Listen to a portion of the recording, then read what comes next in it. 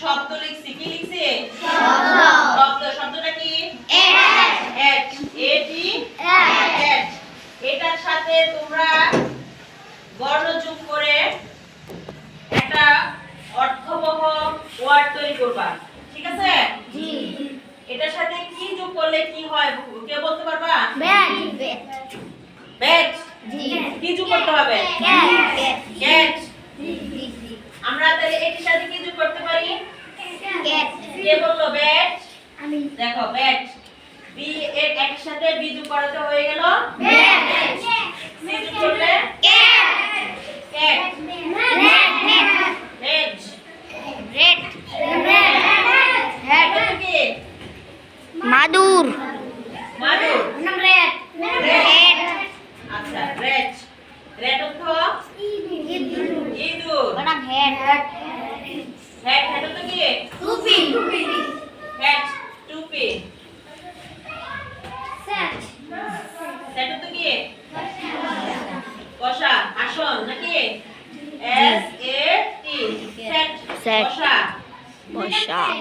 Fat, F এ টি, fat কি হয়?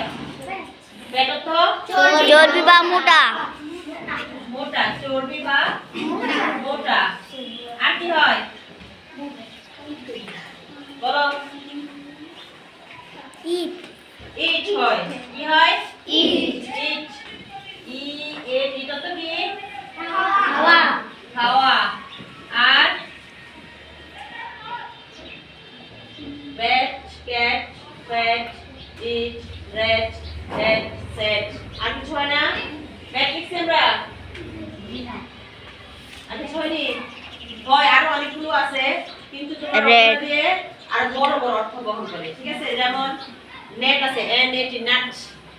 এরপর হচ্ছে তোমার এফ এ টি, ই আছে, এফ না, পি এ টি আছে, পি এ টি এটা হয়।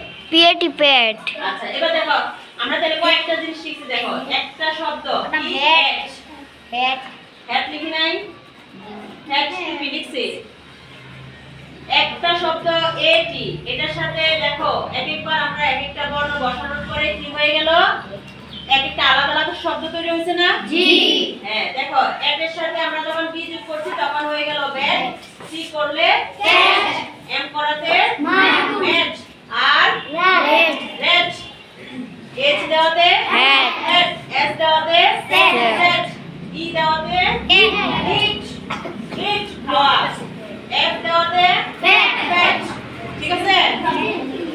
আরো নতুন নতুন বের করবা, ঠিক আছে? আর কিছু হয় কিনা আমরা দেখবো, ঠিক আছে?